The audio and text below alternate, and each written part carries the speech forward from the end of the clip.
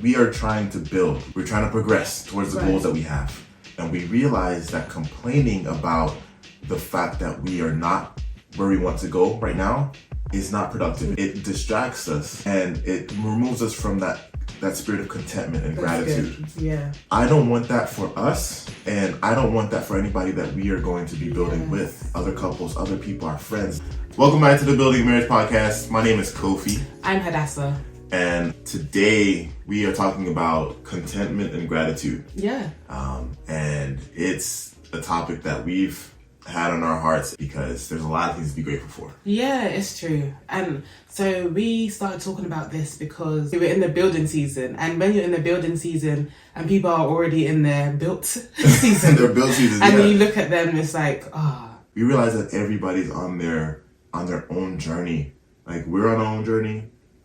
The couple over there is on their own journey. The person, so it's not only couples. It's just I think people. it's just a human thing to just compare yourself to other people. Mm-hmm. And I think a part of it could be healthy because, like, you can say, they did that, why can't I do that? Let me strive to do better. But Absolutely. I think when it comes to the point where you're looking at somebody and because someone else is winning, it means you're losing. Nothing productive comes from that Right. way of thinking. So, yeah, we're just in a season of doing away with that type of thinking and comparison. And what they say, comparison is a thief of joy.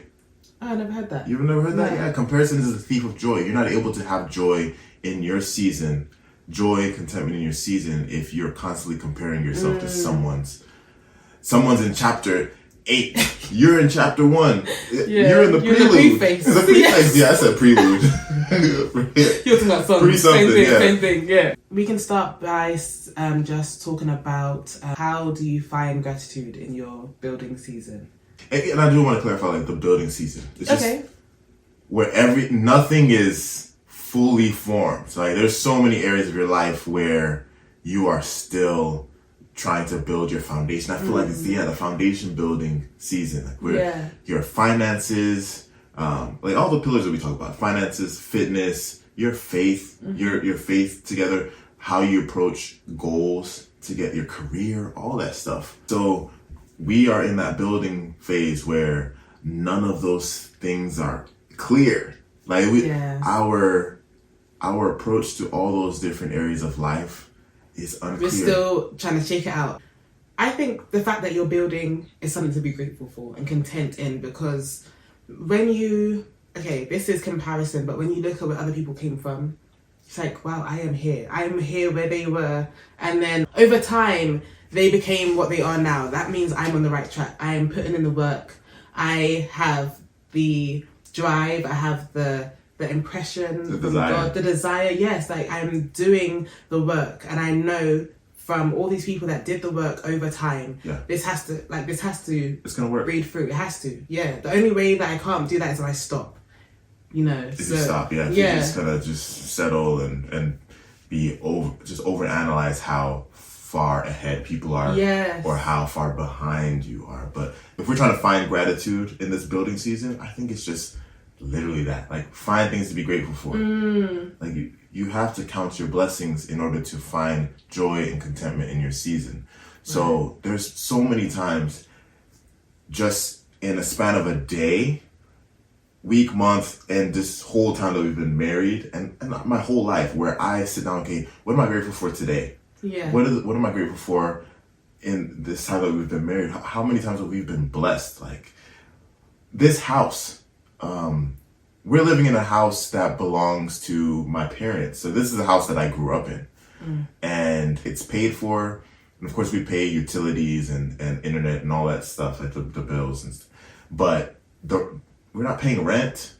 Praise the Lord. That is something to be grateful for. Forever. Even if the lights went off today, at least there's a roof over my head. Like, it could be way different. Yes. It could be way different. Yeah. And I agree. So it's just like those blessings, sometimes you have to sit back and be like, wow, I am incredibly blessed. Like you're talking about too, is just the community that we're in. Yes. Of course, we're talking about having a family in the future. And we look at the aunties and just the people who have already told you, once the babies come, I Bring them to me. Bring both of them. What? That's something to be grateful for. Yeah, absolutely. Honestly, and while you were speaking, I was thinking about, I think the main thing in gratitude is that you have to sit back and shift your mindset. Like sometimes you are kind of forgetting where you were. Yeah. Because if you think back to where you were and it's like, I wish I was here. You're here now, but you forgot that you wanted to be here. And you're just looking forward. It's like you never take time to pause and realize, wow, like, no, I've got somewhere. Yeah. You are living, there's been nothing that goes around social media all the time, but it's like when you sit back and realize that you are living out the prayers that you had before. Yes. You prayed for this and now you're living it. And you forgot. And then you forgot. Yeah.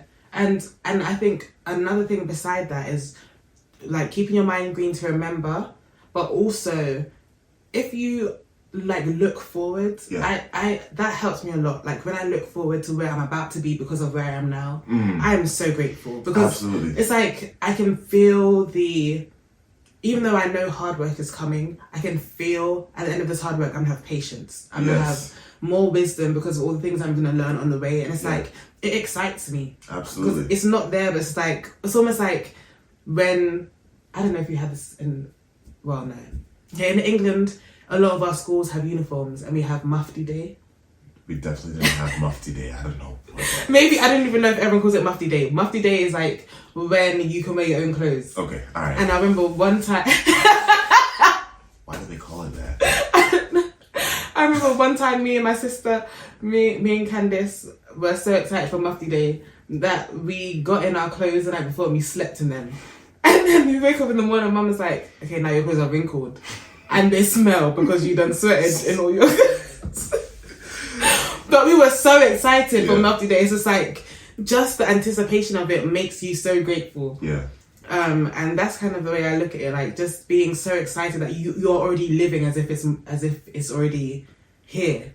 Like you're already just overwhelmed with the joy of what you're gonna get. And I think that's actually a pretty good analogy. Like because you, and with your Mufti Day situation, you were wearing the clothes as if you're already living in the Mufti Day. Right. And for our situation in the building phase, you get that excitement from where you're going to be because you know that you're putting in the work right now. You've already visualized where you want to go, and right now we are just working the plan. Yeah. We have a plan for each of these areas that we want to grow in, and we're praying about it. Yes. And I think what I immediately thought of was that right now we're living in the prayers of yesterday, experiencing the blessing of what we prayed for. So there's that trajectory. Like by God's grace, you know that you'll be living in your answered prayers of today. Right. What we're praying about now, these plans, we're praying over these plans. We know that God will bless us in the future if we just keep putting in that work. Honestly, that reminds me of, excuse me. What you just said reminds me of, okay, I hope I get this right. I think it's Romans 5 verse 3. Okay, so Romans 5 verse 3 to 5.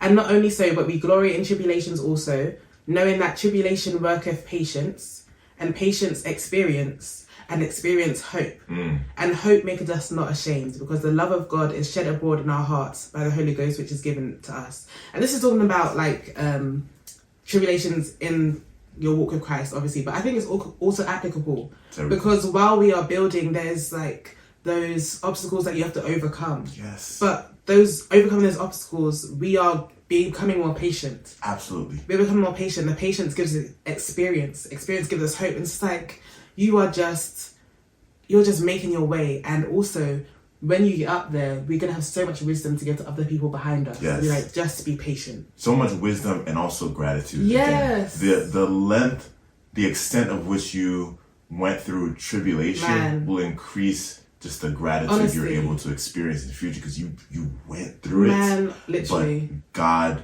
carried you through regardless. No, really. I love that. I'm glad you brought that up. Yeah, because honestly, I think, because I have gone through tribulations, and I think because of that, the way, by God's grace, I look at the world like, okay, my parents have passed. Whenever your parents do something for me, it could be like the smallest thing, And I know when I had parents, I would have just, taken it for granted. But now I'm just like, oh my goodness. Like, they came to my concert, like, and I'm just like, wow. It's just the smallest things. Your perspective changes, because of the experiences you've been through. And that has an effect on me because, you told me before how much your relationship with my parents has an impact on you in that same line of, you having lost your parents. And it shifts my perspective of how grateful I should be for having my parents. And just the things that they do that I need to be even more grateful for because it's a blessing. It really is, yeah. Now I want to talk about identifying discontentment triggers. The triggers that make you be discontent in this building season or whatever season you are in life where you haven't figured everything out. And I know for me, and I'm trying to work through this, is social media. Social media is a place where everybody's sharing their highlight reels.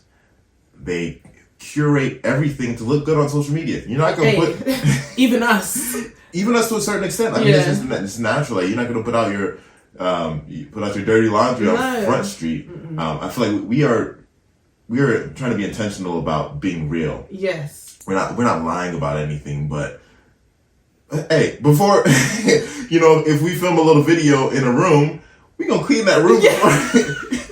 A couple minutes before we hit record, the room wasn't looking like that. That's just like, a little small situation that kind of explains what happens on social media. But there's so many people that we follow, couples or just people who are traveling all over the place. Every single reel is that them in Bali, in Tulum, all these places. You see, I almost couldn't really. I know. I was surprised you said it. I was like, he knows that. I don't know where it is. But it's like you're just like, oh man, I should be doing that. I should be able to travel. Why can't I travel? Yeah. I'm, like with us, like we're really active in our church. So like we're in a situation, a season where, I'm playing the keyboard, I'm running the music department. You are singing in the choir, working in the church administration. If we leave, there's a big hole that's left.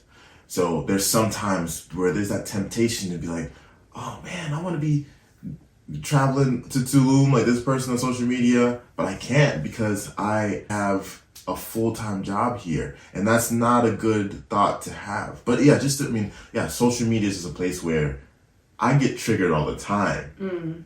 Looking at other people's highlight reels and not being grateful for my own life or just thinking that my life needs to be like theirs. Yes. And that's something that I'm trying to get better at is just, Kofi, live in today. Live your life just because, like you said, these other people, these couples, I'm not talking about social media and everything like that, but like there's actual couples who we know in real life. We're inspired by their lifestyles. We're inspired by their lifestyles, by the real stuff, like how they impact community, how they live a healthy life, how their relationship is their dynamic. And like you said, we know that they were where we are years ago, and if we can just focus on what we're doing, instead of focusing on everything else, we're going to get there. Absolutely. We're going to achieve our goals, but it's gonna happen much faster if we just put those blinders on and just. But even as you just said that, I really want to cultivate this in my heart as well as our children when we do have them. Like, looking at someone else does not mean that you are losing. Just because someone is winning doesn't mean you're losing. It's not a zero-sum game. It's not exactly. Yeah. Be happy for people. Yeah. Be happy for people. God is in the neighborhood blessing people. You better clap, because when it comes to your turn and people are looking at you and not rejoicing, how can you even be mad, because that's what you were doing the whole time? Mm-hmm. We should be able to rejoice in other people's wins and still build. Yes. Be happy for the next person, genuinely experience joy for them. Praise God that they're experiencing that. Yeah. But focus on what you're doing. Exactly. And don't feel that tension that need to rush. Exactly. Your process based on the fact that you're looking at what they're doing. Yeah. Just work the plan. Yeah, it's true. Sean Cannell, he always says that. We're just working the plan. We have a system that we put together for. You say that a lot. Yeah. Yeah, working the plan. Just yeah. work the plan. Like I love that. There's so many shirts that I want to make. I like what you just said. God is in the neighborhood blessing people. You better. Yeah, I didn't make that up. I think I heard it somewhere. Oh, really? yeah. Just work the plan. We're putting together our system of how we want to go about, accomplishing these goals, our routines, our systems. We just work the system. Yeah. We're just gonna work it. Absolutely. Yeah. Oh, okay. And last, before we wrap up, we're talking about banning complaining in our house. I think you started that. Yeah, because I realized how toxic the spirit of complaining is. And contagious. It's so contagious. It's like us as a couple in our marriage, we're in that building phase. We are trying to build. We are trying to move forward. We're trying to progress towards the goals that we have. And we realize that complaining about the fact that we are not where we want to go right now is not productive. It distracts us and it removes us from that spirit of contentment and gratitude. Good. Yeah. So that's not productive.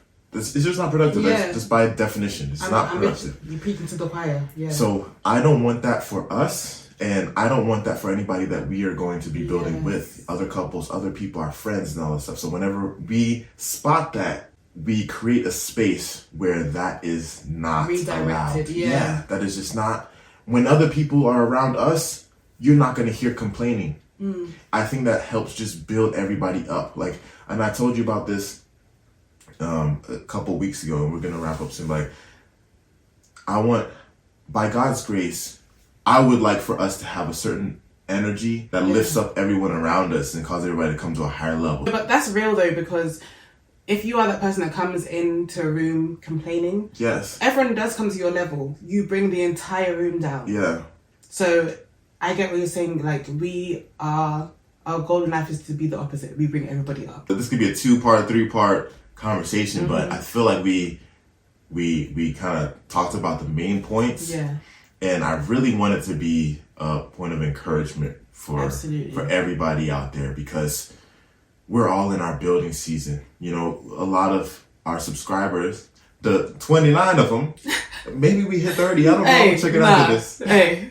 Well, a lot of you guys are young couples, or just young people who are looking at getting married in the future, and we're all in that building phase.